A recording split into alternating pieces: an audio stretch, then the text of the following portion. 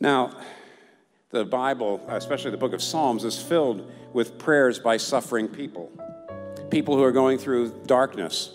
But virtually all of them end on a note of hope. So almost all the prayers that you read in the Psalms by people who are in difficult times, that are going through suffering, by the end of the prayer, there's always some note in which the psalmist says, I see you here, or I know I will see your goodness in the land of the living, or I know you're with me, or something along those lines. But there's two psalms, and we're looking at one of them. There are two psalms in the Psalter, Psalm 39 and Psalm 88, that do not end on a note of hope at all. In fact, you'll notice the word darkness shows up 3 times in this psalm, including at the end. It's clearly the theme.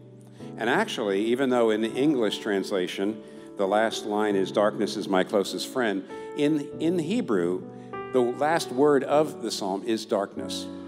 In other words, the very, very end, a more literal translation would be, and my only friend, my closest friend now, is darkness. And that's the end of the prayer. Here's what he's saying. He says, I want to be your witness. I want to tell the world about you. How am I going to do that if I'm dead? I have all these things I want to do for you. You know that. And yet you're not letting me do any of them. How much sense does that make? He comes very close to saying, answer me, God. Some people would call this intemperate. Some people would call it blasphemous. It's probably somewhere in the middle. But of course, he's not controlling his heart. He's not being deferential. He's not being respectful. He's not saying, thy will be done. What he's actually saying is, all my life I've been in danger of death. All my life you have been abandoning me. You've never been there for me, God. Never. That's really what he's saying. And almost certainly that's an exaggeration. And there's a tendency for us to do that when we're in despair. When we're just out of our minds with anger and grief and fear and despair, we tend to read everything in our life through that moment. Instead of standing back and say, well, Lord, in the past you did many good things for me. And some of the Psalms do that. This guy is not doing that. This prayer is not doing that. He's saying, you've never been there for me. He's exaggerating. He's cross-examining God. He's being incredibly disrespectful, if not blasphemous. And of course, the last statement, darkness is my closest friend, is quite a charge. You know what he's saying? He's saying to God, God, darkness is a better friend than you are right now. I'd rather have darkness than you. Even darkness is more of a comfort than you are. So he's not doing things very well. And you have to ask yourself the question, why in the world is this prayer in the Bible? And I never knew what to do with these prayers. I just sort of skipped over them really quickly. I would never imagine, by the way, preaching on them. But many years ago, I read just two sentences in a little commentary by Derek Kidner. Derek Kidner was the warden of Tyndale House in Cambridge for many, many years. And talking about these prayers, he said something that just went through me like a shaft. It changed my life, not only toward these prayers, but it changed my life in understanding how to handle darkness. And this is what he said, quote, the very presence of these prayers in Scripture is a witness to God's understanding. God knows how men speak when they are desperate. But God does put it in the Bible. And that means God is identifying with those of us who sometimes pray like that. You know why? He's a God of grace. He's understanding. He knows how we speak when we're desperate. Oh, my word. God is saying, I am the God of this man, even though he's not getting it right. Because I'm a God of grace. And here's what he's saying to you.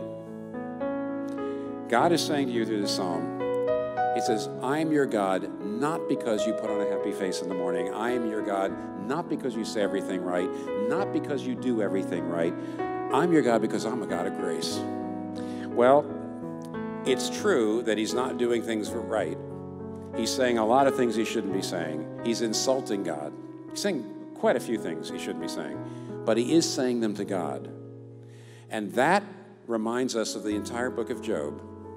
Said, do you notice how after Job says all these terrible prayers, because a lot of Job's prayers are very similar to this. He's always saying terrible things to God. But at the very end, God says, Job has honored me. And he actually turns to Job's friends and says, you better ask Job to pray for you or I'm going to smite you. Job has honored me and you have not. And the Old Testament professor said, why in the world, after all those terrible prayers, would God say, Job honored me? And he says, the answer is, they were prayers. You see, Job was being angry and he was complaining and he was being angry, but he was being angry and complaining to God. He never walked away from God. He said, I don't understand you, God. I'm angry at you, but he never turned away. He stayed with God when he was getting nothing out of it, which means in the end, Satan was defeated.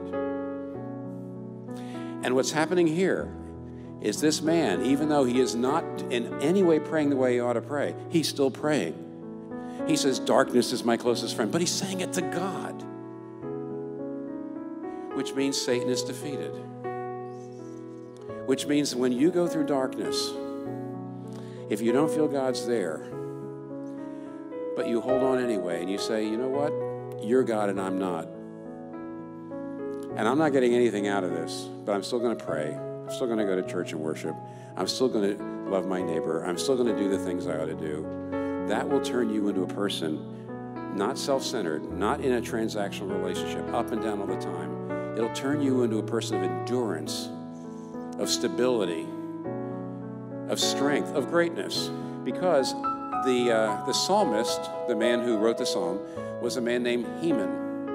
Not Haman, who is the villain of the book of Esther, but Heman. And what we know about Heman is this, that in 1 Chronicles 6, Heman was the leader of the Kohathite Guild of musicians and poets who wrote many of the Psalms. If you want to go see some of them, they're in the 40s, the 40s in the Psalms, or the 80s in the Psalms. Now keep this in mind. The Psalms, the book, the Psalms, is one of the greatest works of literary history in the history of the world. Everybody understands that, whether you're a Christian or not. And that means that this man wrote some of the greatest literary art, musical art in the history of the world. It means millions of people have been helped by him. And what does that mean? You know how pressure turns a piece of coal into a diamond? This suffering was not absolute. It was relative. It was temporary. And God was there